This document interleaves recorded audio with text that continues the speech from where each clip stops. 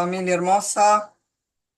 Ahí estamos poquitos todavía, pero bienvenidos a todos. Dios los bendiga. Hoy tenemos la continuación de la anterior reunión que nos dejó picados doctor Mike, que estaba tan precioso, y hoy día vamos a finalizar ese estudio.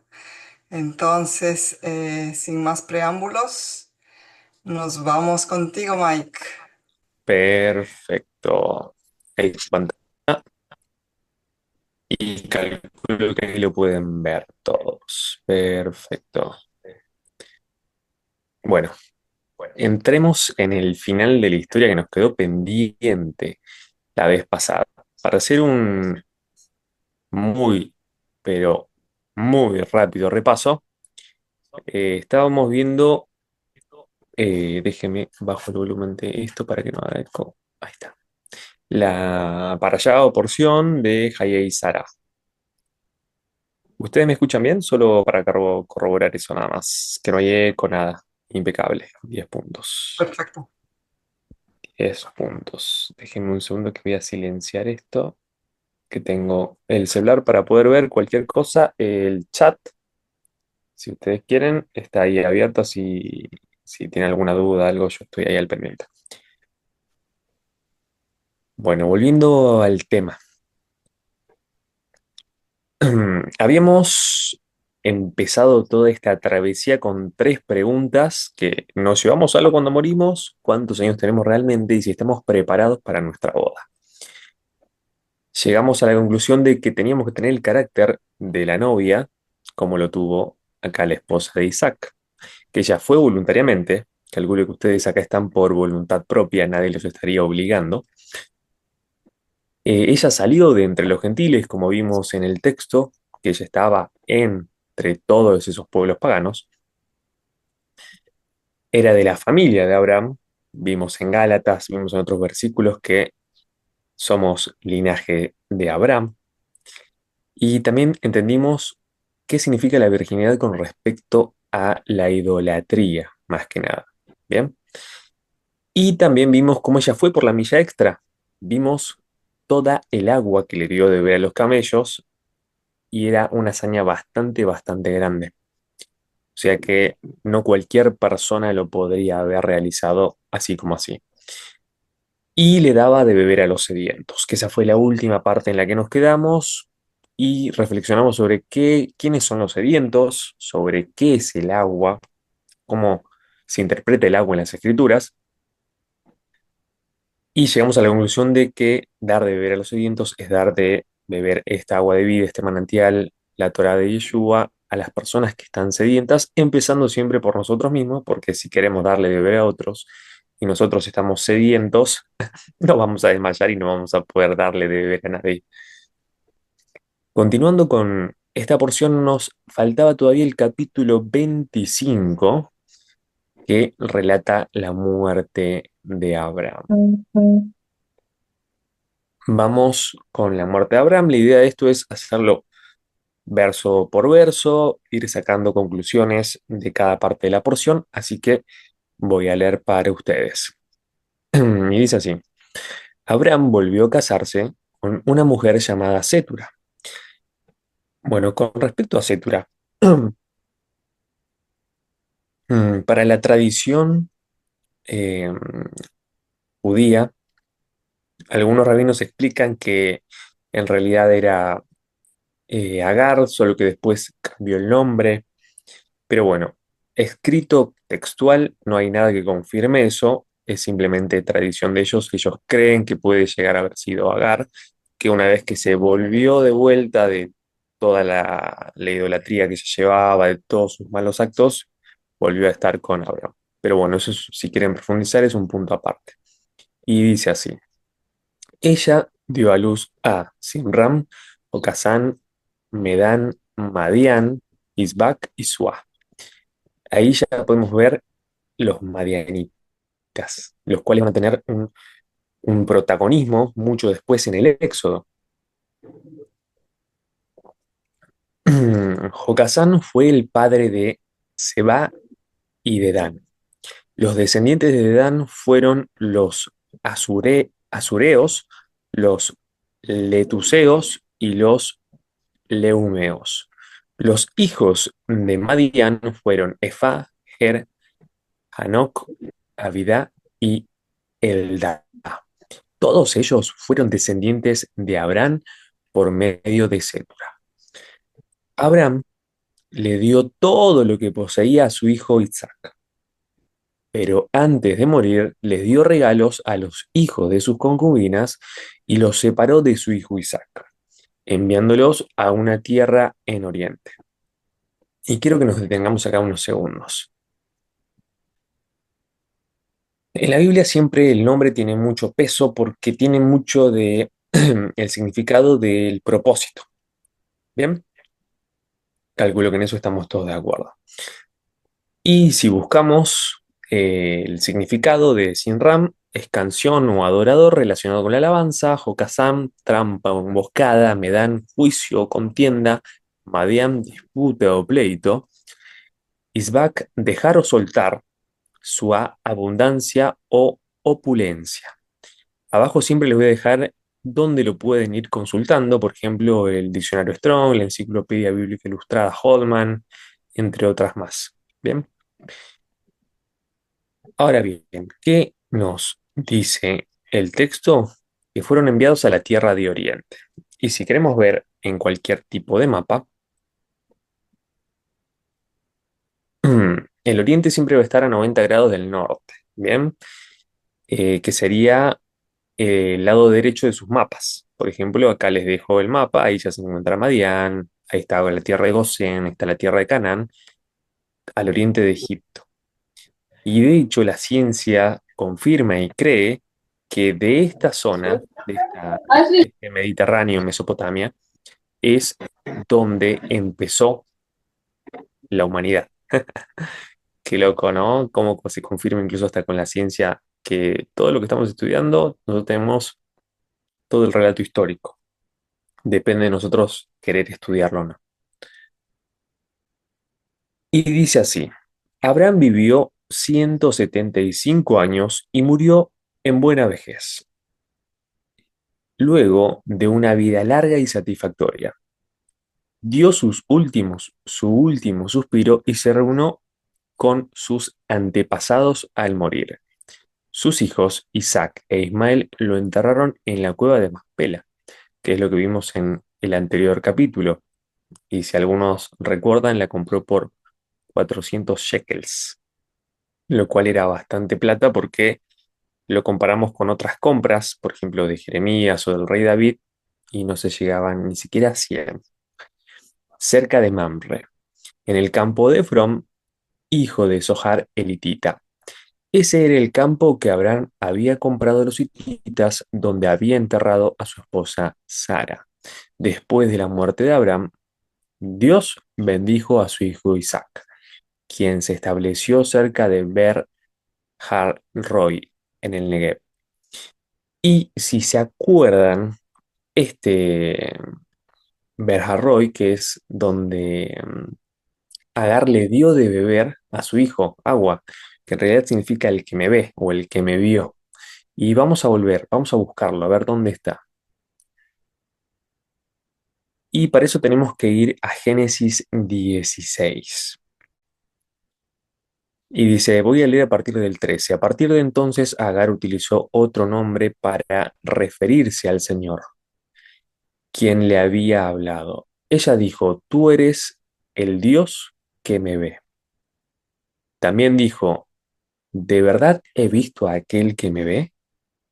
Así que ese pozo fue llamado Ber Lahairoi, que significa pozo del viviente que me ve. Y bueno, aún se encuentra entre Cades y Beret. Bien, eso lo pueden encontrar en Génesis o Bereshit 16, 14. Ahora vamos a ir a la descendencia de Ismael. Vamos a continuar con eso.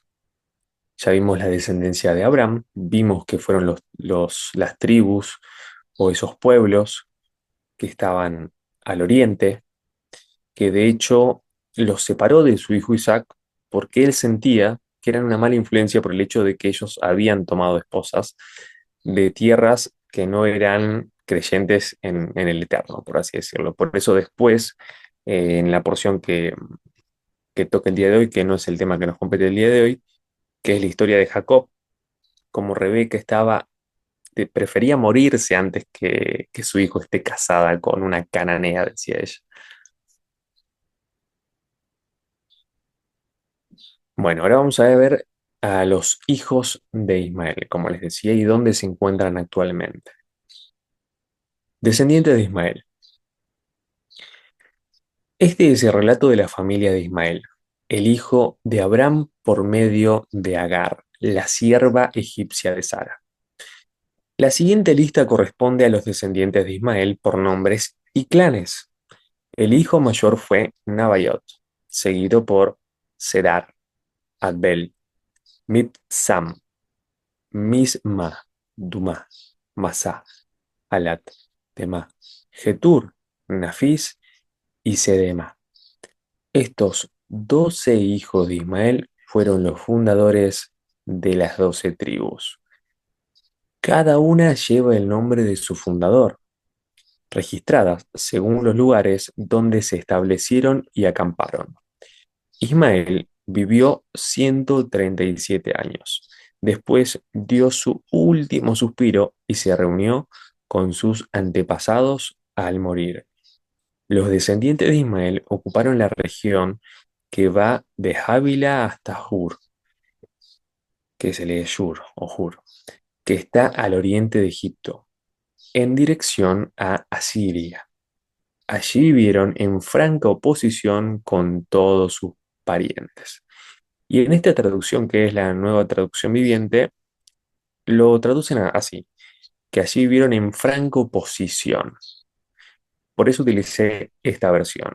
Si tenés la versión Reina Valera 1960, seguramente vas a leer otra cosa, como que vivieron enfrente. Pero si vas al lenguaje literal, coincide con la nueva traducción viviente, que vivieron en franca oposición. Y de hecho, si te acordás, hubo una promesa a Ismael sobre que 12 tribus iban a salir de él. Y ahí te la voy a buscar. Pero primero, antes de buscarla, les voy a dar la traducción de los nombres y abajo tienen la bibliografía. Nabayot significa altura o fruto abundante. Cedar, negro o oscuro, relacionado con una tribu nómada. Adbel, disciplina de Dios. Mipsam, fragancia agradable o dulce olor. Se cree que son de los primeros mercaderes de perfumes. Misma, oído o escuchado. Duma, silencio o tranquilidad. Masá, carga o oráculo. Hadat, grito o júbilo. Tema, sur o desierto. Getur, encerrado o fortaleza. Nafis, generoso o expansivo. Y Sedema, oriente o anterioridad. Bueno, estos 12 príncipes, como dice ahí la escritura, se ubicaron, si quieren verlo en un mapa, por esta zona, todo este gran desierto. Se cree que eran como tribus nómades, ¿bien? Dijimos de Ur hasta Ávila, toda esta zona que hoy comprende lo que sería Arabia Saudita, ¿bien? Ahí pueden ver Palestina actualmente, Irán, Jordania, Israel, pero coincide justo con lo que dice la escritura, que luego que esto ya se sabía hace mucho tiempo antes de todo esto. Y les quería recordar la promesa de Dios a Agar. Según Génesis 16:12, dice, este hijo tuyo será un hombre indomable, tan indomable como un burro salvaje. Levantará su puño contra todos, y todos estarán en su contra. Respondiendo obviamente al pedido de Abraham, Dios cumplió la promesa de Génesis 17:20. Con respecto a Ismael, también a él lo bendeciré, tal como me has pedido. Haré que sea muy fructífero y multiplicaré su descendencia. Llegará a ser padre de 12 príncipes y haré de él una gran nación. Estamos esto en Génesis 16. Esto es anterior. Pero bueno, vean cómo esta promesa de Génesis 17:20 se cumple en este Génesis o Bereshit 25.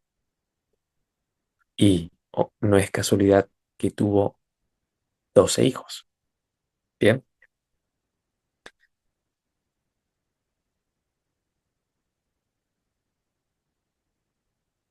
ahora bien, quiero que pensemos en algo.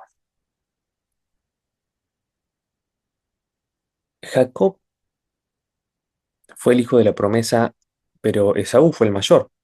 Lo mismo pasó con Isaac e Ismael. Ismael era el primogénito. De hecho, es la gran disputa en Medio Oriente de que Ismael es el primogénito. Sí, exactamente.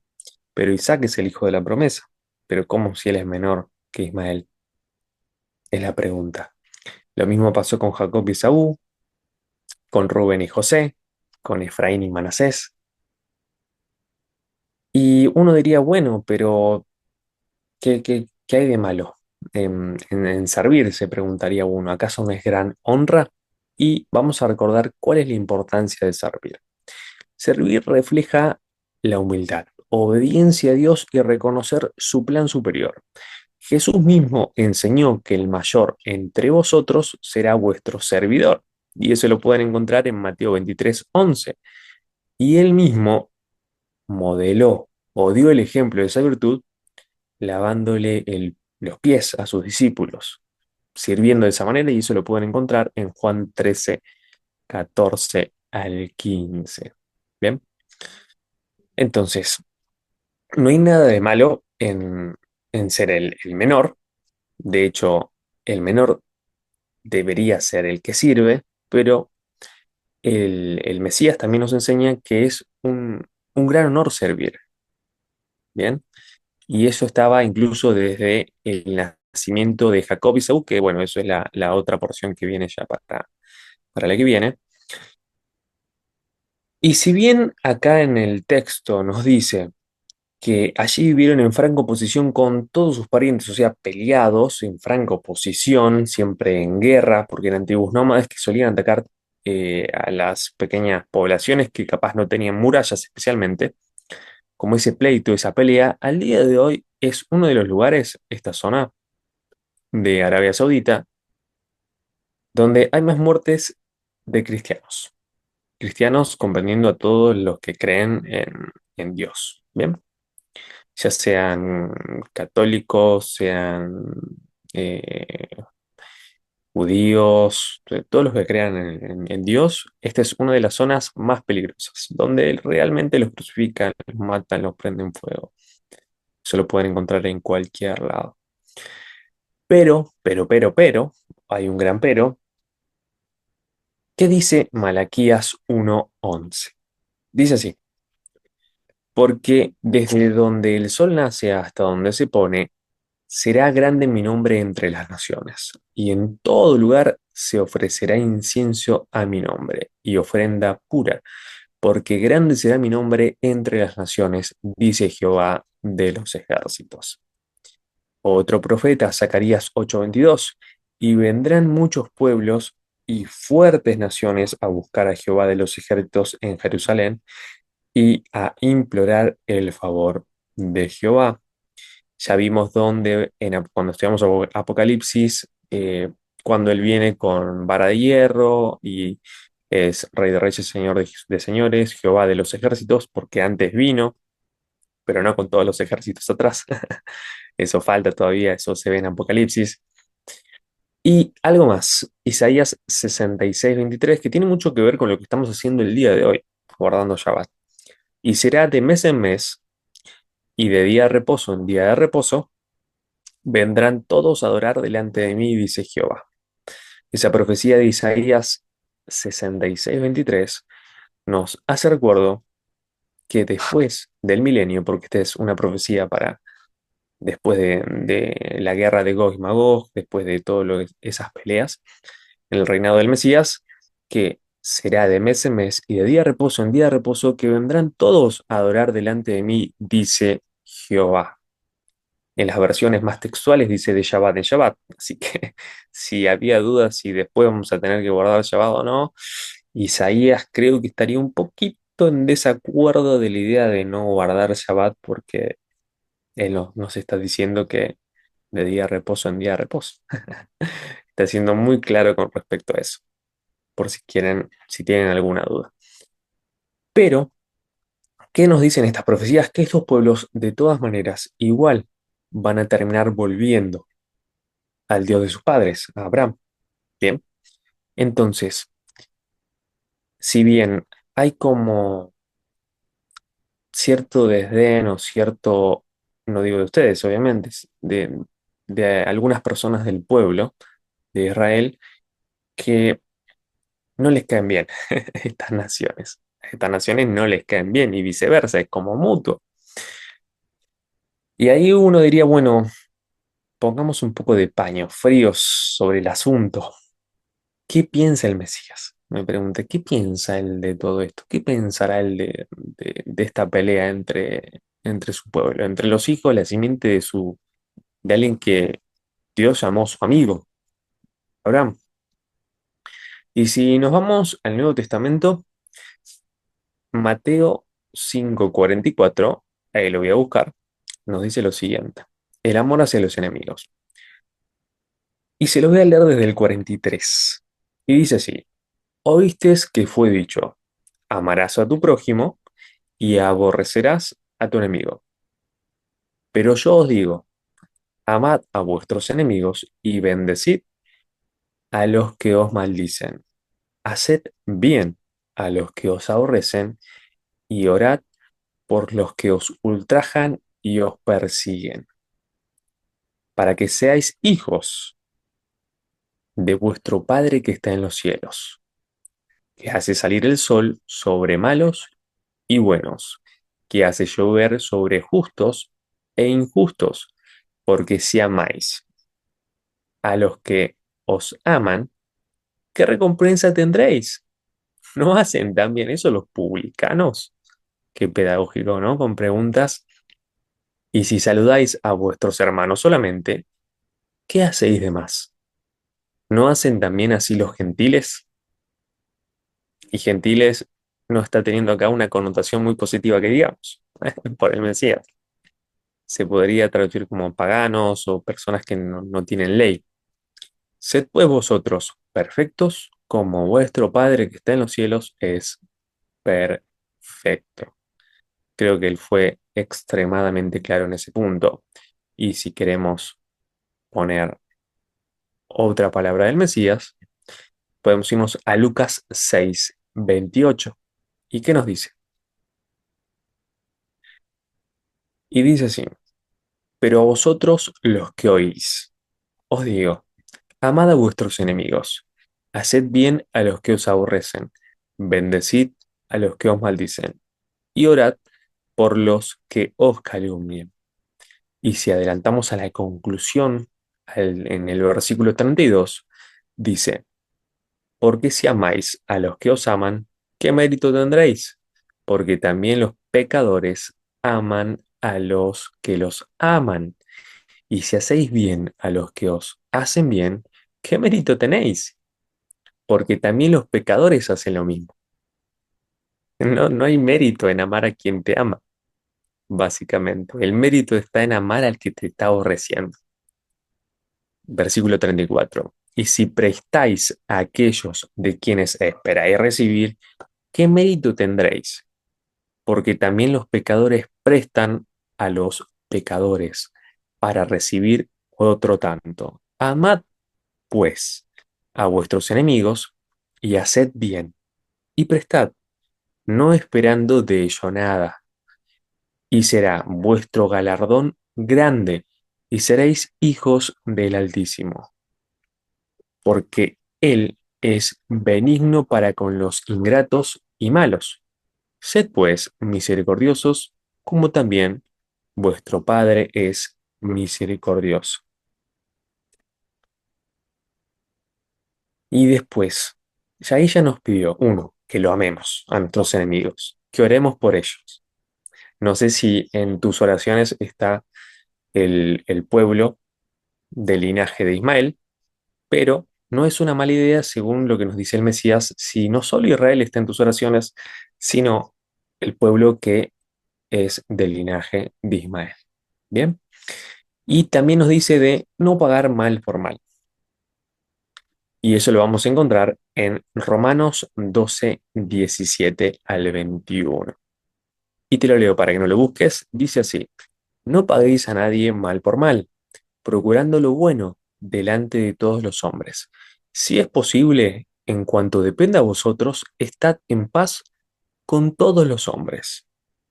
No os venguéis vosotros mismos, amados míos, sino dejad lugar a la ira de Dios. Porque escrito está: mía es la venganza, yo pagaré, dice el Señor. Así que, si tu enemigo tuviere hambre, dale de comer. Si tuviere sed, dale de beber. Pues eh, haciendo esto, ascuas de fuego amontonarás sobre su cabeza. No seas vencido de lo malo, sino vence con el bien el mal. Creo que el Mesías fue preciso y contundente en que amemos a los enemigos, oremos por ellos, por más que ellos estén en enemistad con todos los que profesamos ser del linaje de Abraham, ser del pueblo de Israel, y no pagar mal por mal. Y también mostrar misericordia, así como el Padre es misericordioso con nosotros, y no juzgar para no ser juzgados.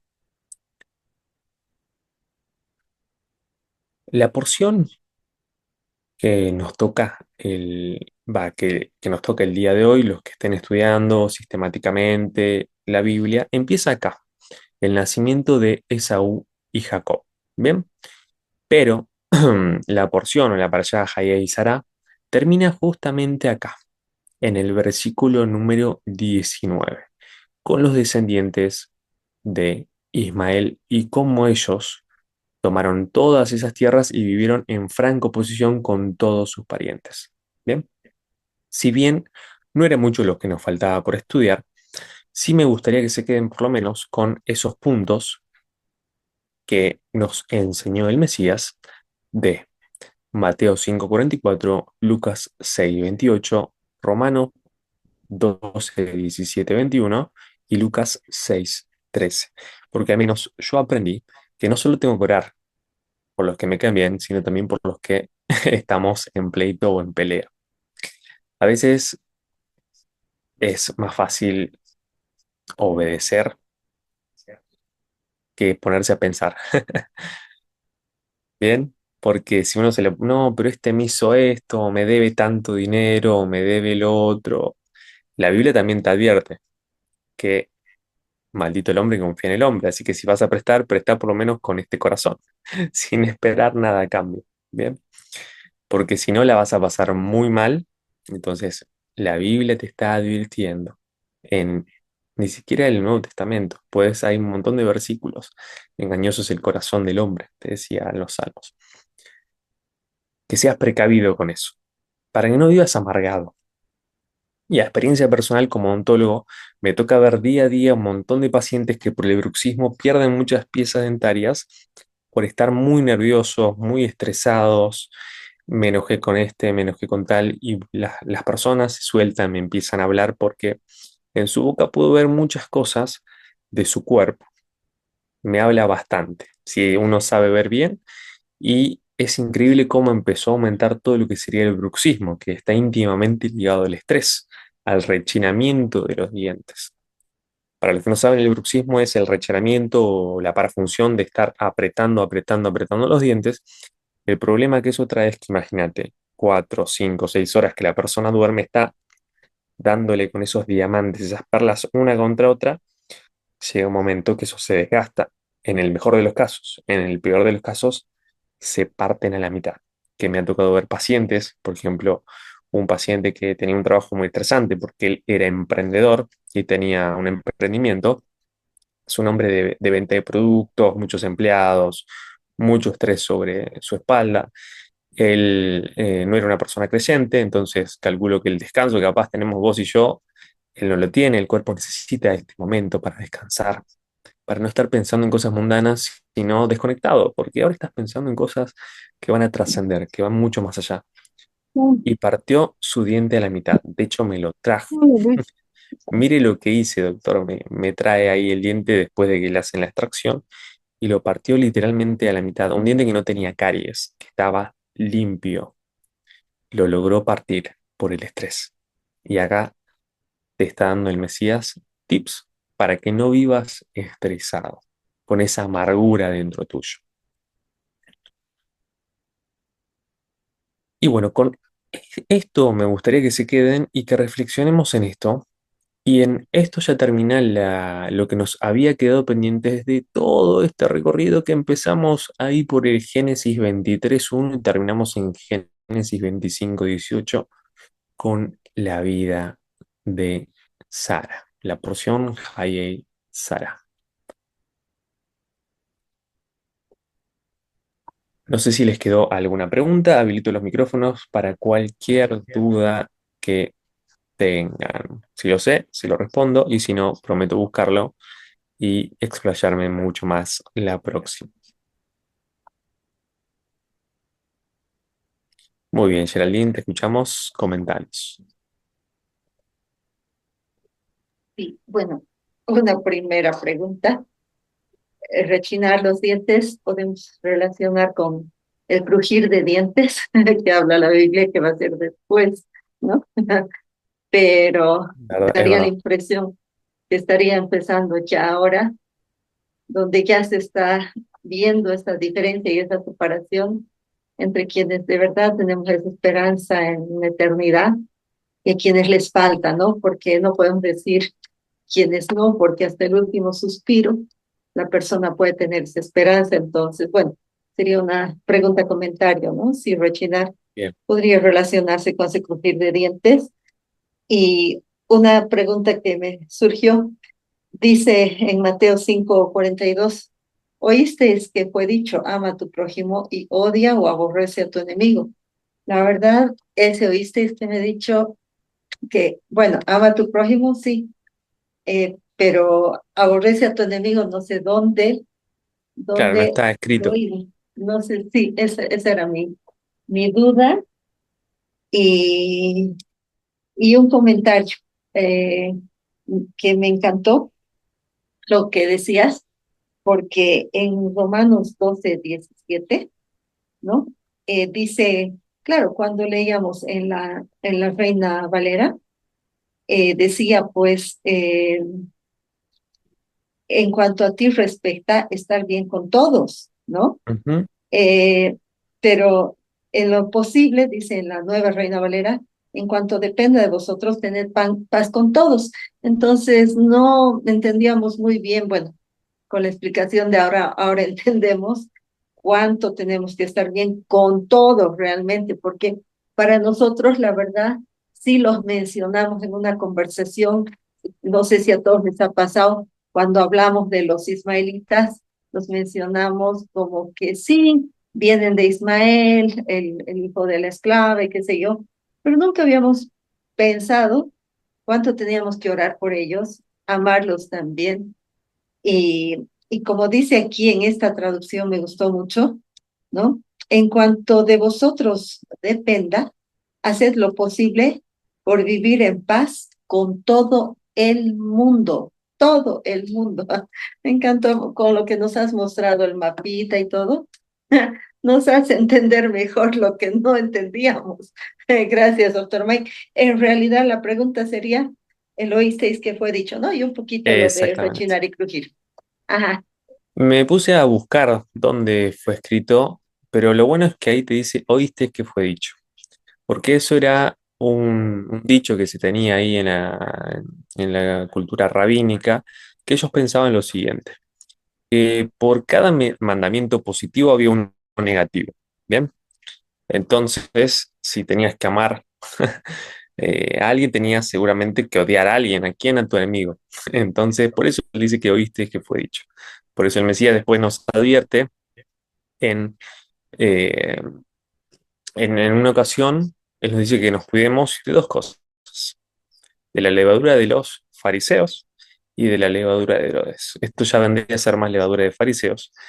Y bueno, la levadura de Herodes sería ya mezclarnos demasiado con el mundo para hacer ese sincretismo y decir, bueno, este arbolito va a representar a Jesús y hay que darle regalos. Eso ya sería levadura de Herodes. Esto ya sería más levadura de los fariseos. Por eso él no estaba en contra de lo que se leía en las sinagogas.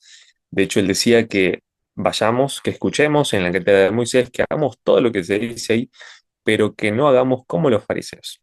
Porque ellos decían y no hacen. Entonces, eso vendría a ser más que nada de eso, levadura de fariseos. Por eso él nos aclara. Oíste que fue dicho, no que fue escrito. Así que gracias por Eh, la pregunta porque sí, es muy interesante ese tema. ¿Nos puedes repetir para tomar nota de qué dijo que nos guardemos? De la levadura de los fariseos, sí lo tengo claro. Lo otro, La levadura de Herodes, ahí te lo busco. no, aparte.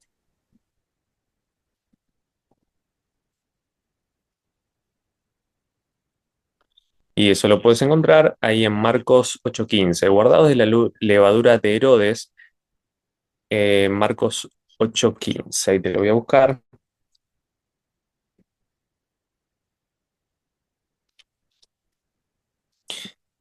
Y él les mandó diciendo, mirad, guardaos de la levadura de los fariseos y de la levadura de Herodes.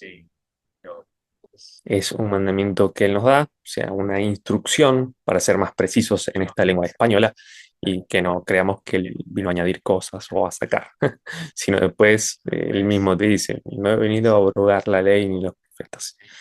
Y le voy a leer desde el 15. Y él les mandó diciendo, mirad, guardad de la levadura de los fariseos. Por eso es importante entender quiénes eran los fariseos, qué creían ellos, qué pregonaban. Y la levadura de Herodes, que a veces uno se olvida de esa parte, pero también es muy importante. Y discutían entre sí diciendo, ¿es porque no trajimos pan? Pensaban que era por eso. Y entendiéndolo Jesús les dijo, ¿qué discutís porque no tenéis pan? ¿No entendéis ni comprendéis? ¿Aún tenéis endurecimiento en vuestro corazón? Teniendo ojos no veis, y teniendo oídos no oís, y no recordáis cuando partí los 5 panes entre 5.000. ¿Cuántas cestas llenas de los pedazos recogisteis? Y ellos dijeron, 12. Y cuando los 7 panes entre 4.000, ¿cuántas canastas llenas de los pedazos recogisteis? Y ellos dijeron, 7. Y él les dijo, ¿cómo aún no entendéis? Que no estaba hablando él de comida, ¿bien? No estaba hablando de pan físico, sino estaba hablando del pan espiritual. Por eso, guardémonos de la levadura de los fariseos y de la levadura de Herodes. Si entendemos eso, siempre que lean la escritura, van a poder identificar, como bien acá hicieron la pregunta, qué es levadura de Herodes, qué es levadura de fariseos, para no quedarnos con eso.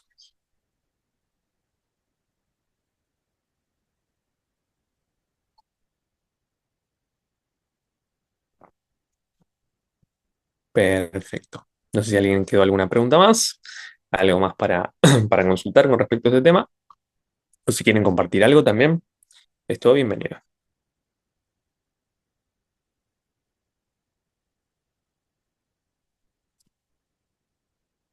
No, solo dos cositas que me dejaste pensando con todo esto desde la anterior semana. Estuve toda la semana pensando y estudiando más en mi cuadrito las genealogías, porque recién después de 35 años estudiando la palabra estoy entendiendo las genealogías y todo esto mucho, mucho mejor.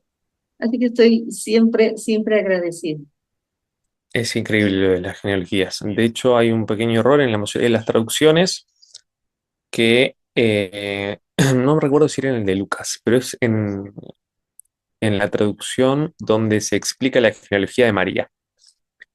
Y ahí, a lo último, al final, te dice que 14 generaciones, desde Abraham, y ahí, 14, 14, y si vos te ponías a contar, en una había 13, porque en la parte del marido de María, la traducción te pone como marido de María, José, pero en la otra, en Mateo, no te pone como eh, José, eh, como el papá de José se llamaba coincidentemente José con la otra traducción. Y lo que realmente, el pequeño problemita que hay ahí para que sean 14 y no 13, es que capaz el traductor, al estar traduciendo, vio José, marido de María, y puso marido, pero era padre. Y si pones esa palabrita al final, marido, la cambias por padre, ahí recién te entra como que sí se puede continuar el linaje. Porque recordemos que el Mesías es del linaje de David, entonces si él es del linaje de David, tiene que continuar el linaje por María y no por José, porque José no tuvo relaciones con María cuando Jesús fue engendrado. ¿Bien? Es esa pequeña error chiquitito de traducción que no hay en el lenguaje arameo, por ejemplo, porque ahí sí se lee padre y no marido, por lo de la genealogía decía más que nada. Súper, mil gracias, Mike, de verdad. Estamos aprendiendo un montón, gracias. No, ustedes por las preguntas. Y bueno, si no hay más preguntas, encomendamos el resto del día al Eterno y obviamente sigan cada uno de ustedes con sus estudios y con el cierre también de este hermoso día de descanso.